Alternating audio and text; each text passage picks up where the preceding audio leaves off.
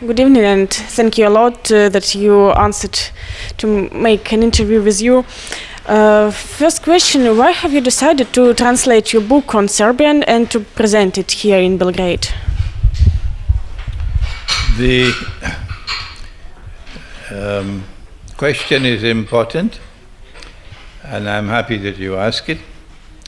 I believe that my book is important for this region of the world where Islam and Orthodox Christianity are living side by side. The only way we can erase the 600 years of bitterness between the two communities is if they can both be taken to the truth which has come from the Lord God. That truth is in the scriptures, the revealed scriptures. So my book is a humble, small contribution to take the Christian to the Quran, that he might be able to understand the Quran better than he did before, and hopefully that at the end of it he will adopt a more positive attitude towards the Quran and towards the Prophet Muhammad, Allah's blessings be upon him. If that happens, if we succeed in that effort, and the Orthodox Christian world adopts a more positive attitude, as I have described, it must necessarily impact on the consciousness of the Muslims of this region, but hopefully that they will reciprocate. You say about Orthodox Christians. What vision you have about the Catholics who also live here on Balkans? I know very little. I know very little about the relationship between the non-Orthodox Christians and the Orthodox Christians in the Balkans. What I do know is that there is bitterness and hatred and hostility between the faiths. And I do not know that I can intervene in that matter. I'm restricting therefore my intervention to those Christians who are outside of the Zionist embrace, those Christians who are being faithful to the religion which came with Jesus, and in which, for example, a man cannot marry another man and get a marriage certificate. It is with those Christians that I believe that the world of Islam has a chance of drawing closer and forming friendship and eventually an alliance. When you speak about this kind of unity between Orthodox Christians and Muslims, do you mean first of all maybe the system of value or some geopolitical ideas and purposes? No, I mean that first of all you have greater understanding of each other, and that greater understanding leads to more respect for each other, that the Orthodox Christian adopts a more positive attitude towards the Quran and towards the Prophet than perhaps he has ever done in the past. This, I believe, is possible. I have been received in Belgrade with affection, with grace, with dignity, with friendship, and I have spoken in Belgrade, and my audiences have been very appreciative of me. I have not encountered any hostility at all from the Orthodox Christian world here, and therefore I believe that my message, a message of Islam conveyed from me through this book, is more likely to be received positively by the Orthodox Christian world if they receive it positively, and if they develop a more positive attitude towards the Quran and towards Prophet Muhammad, Allah's blessings be upon him. This is bound to impact on the Muslim consciousness in the Balkans, and eventually they will have to reciprocate. Here on Balkans, historically, are rather complicated relations between Muslims and Christians. I mean, both earliest Turkish occupation and in the nearest history, relations with Bosnia or Kosovo. Do you believe that understanding of Quran can help to find the solution of these problems? Yes, all things are possible with the truth. We must not hesitate to call a spade a spade. And I have not hesitated to do that. And because I have pointed out that the Ottoman Empire acted in a manner which is in conflict with the Quran. For example, in taking the cathedral Hagia Sophia and converting it into a masjid, I have spoken plainly and clearly and boldly, and have declared that this was a shameful thing to do, a disgraceful thing to do, a manifestly sinful thing to do. It is in conflict with the Quran. And and the cathedral, the Hagia Sophia Cathedral, must be returned to the Orthodox Christians, and returned with an apology for what happened. When you stand up firmly with the truth, to call a spade, then you have a chance for successfully overcoming all the bloodshed and all the bitterness and all the sufferings of the last 600 years in the Balkans. And you can see, I am a scholar of Islam. And look on how I've been received here in Belgrade. You can see. The Ottomans ruled over Belgrade for 400 years. 400 years before Belgrade was liberated. So there must be a lot of bitterness in the hearts of the people of this region. For Islam, yes, and understandably so. And yet look at how I have been received. There you are. This is the proof that it is possible to overcome the 6 centuries of bitterness and hatred and achieve a miraculous reconciliation and friendship and eventual alliance between our two peoples. What do you think about the events in the Arabic world, and do you believe that a peaceful solution can be found?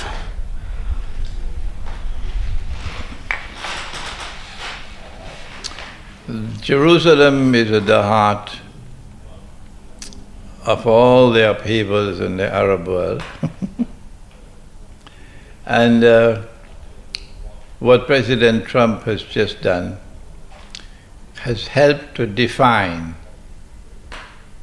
the line which separates one side from the other. It's no longer a Sunni-Shia conflict. No. It's a conflict between those who remain faithful to the truth, which Jerusalem symbolizes, and those who betray that truth with a mountain of lies and oppression and deception. On this side of the fence, on this side of the line, an alliance will now come into being, which will be an alliance of Muslims and Orthodox Christians. On that side of the fence, it's the alliance of those who are oppressors. This is the defining moment that we can now look to the future to see how will these events unfold now in the Middle East, in the Arab world. That is no longer a question of Sunni versus Shia. Now, it's a question of Jerusalem as the central actor in the end of history, of those who stand for the truth against those who betray the truth. What do you think about events in Syria, and also what do you think about Russian action in this country? I have said that, excuse me, I have said that had Russia not intervened in Syria courageously, with magnificent courage, because the Russian intervention could have provoked nuclear war, yes. And yet the Russian people supported their leadership. And the Russian intervention has saved Syria from becoming another Libya. For this we have to commend Russia. We have to thank Allah, the one God, that the Russians intervened when they did and how they did. Otherwise Syria would have become another Libya. Secondly, had the Russians not intervened, I said that the Christians of Syria would have been slaughtered. So it would have been a second Armenia. The Armenian genocide was perpetrated to drive an everlasting wedge which will prevent Orthodox Christians and Muslims of ever being friends again. That's what the Armenian genocide was meant to do. A Syrian genocide would have put the nail into the coffin. Finally, it's impossible for Muslims and Orthodox Christians to ever become friends and allies. But because of the Russian intervention, the Christians of Syria were saved from slaughter. Finally, had Russia not intervened, you would have had an ISIS government in Syria, a bogus caliphate in Syria. And many Muslims would have been deceived and misguided into believing that the caliphate has been restored. No. This is a caliphate which has come with Santa Claus from the North Pole, not a real caliphate. That's what they have done in building and creating ISIS, and in providing the weapons and providing the money to wage that bogus jihad. And thanks to Russia, that was defeated. It is said now, both in Russia and here in Serbia and in Western media, that Russia has returned to the Middle East, in Syria, of course, and also it's spoken about context with Iran and so. How do you think this Russian influence in the Middle East, is it a positive or negative thing? Already it is as plain as daylight that the Russian intervention in Syria has succeeded. It was an intervention which had courage in it and also wisdom in it. And the whole world of people who still have common sense would recognize that Russia should be praised for their intervention. But those who took weapons from Santa Claus and took US dollars from Santa Claus to wage their bogus jihad in Syria, they will never accept it. They are licking their wounds now, but they have hatred in their hearts that they've been defeated. And our message to them, if you come again, you'll be defeated again. Before our interview, you mentioned that the Black Sea is mentioned in Quran, and we were speaking about the Crimea. Could you please explain it for our Crimean audience? Yes, I want the people of Crimea to know that because Crimea is located, not just located in the Black Sea, but that Crimea commands the Black Sea. Whosoever controls Crimea commands the Black Sea.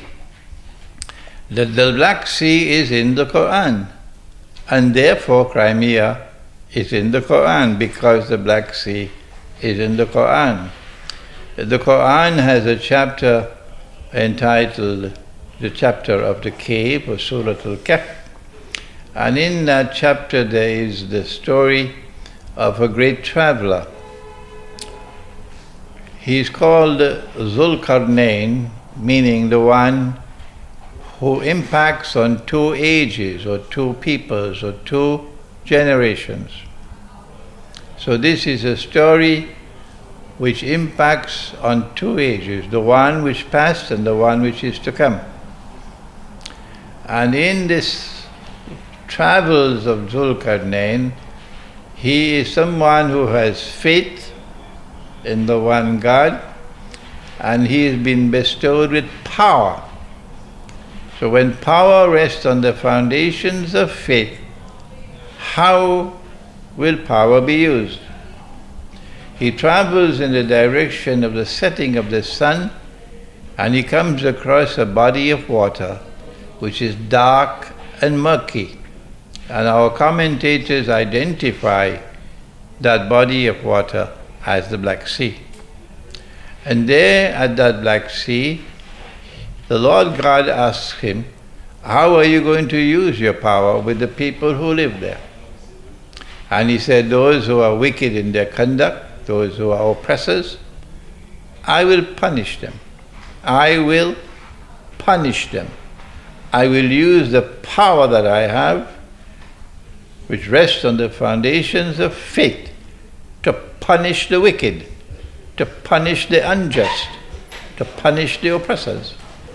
And when they return to you, you will also punish them. And I will reward and treat nicely those who have faith and whose conduct is righteous. Then he traveled in the opposite direction, which took him to the Caspian Sea. And there he met another people.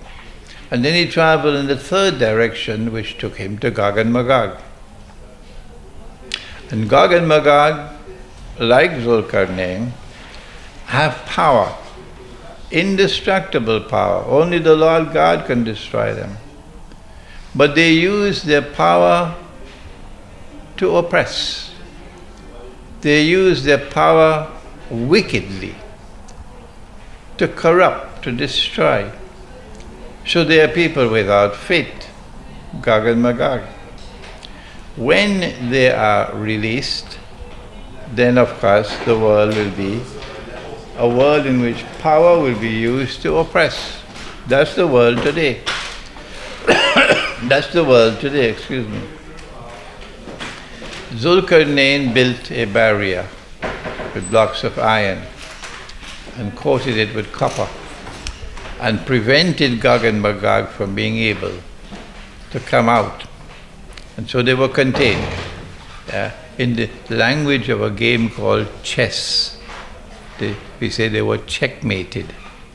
They were rendered, they could not harm anyone. And so they remained safe.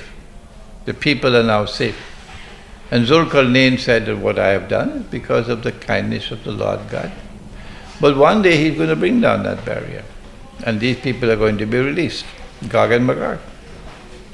When they are released, then the people from a certain town which was destroyed and who were expelled and banned from returning to that town by the Lord God will be brought back to that town. The town is Jerusalem. So when the Jews are brought back to Jerusalem, those who bring them back are Gog and Magog. Yes. So now we have Zulkarnain, which means two ages. The first age is one in which he contained them by building a barrier with blocks of iron and copper. What's going to happen the second time around? When will the second age come? Answer? We have to look to train our eyes onto the Black Sea. When we see in the region of the Black Sea power emerging on the foundations of faith in the region of the Black Sea, we know that this is the second of the two ages, Karnain, two ages.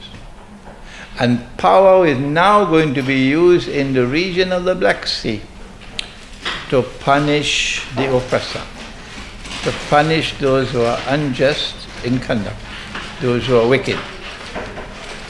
It is as plain as daylight that power has now returned in the region of the Black Sea, which rests on the foundations of faith. You know that your opinion about the Islamic world, about Russia, about the West, can be not welcome in the West, of course, and in some maybe Islamic countries. What do you think about that? The prophets of the One God have set an example for us that the truth must be proclaimed without regard for consequences. We have to follow in the footsteps of the prophets of the One God. And what I do is I proclaim the truth without regard for consequences. And I pray that the Lord God might protect me. Thank you very much and good luck to you in your work. You're welcome.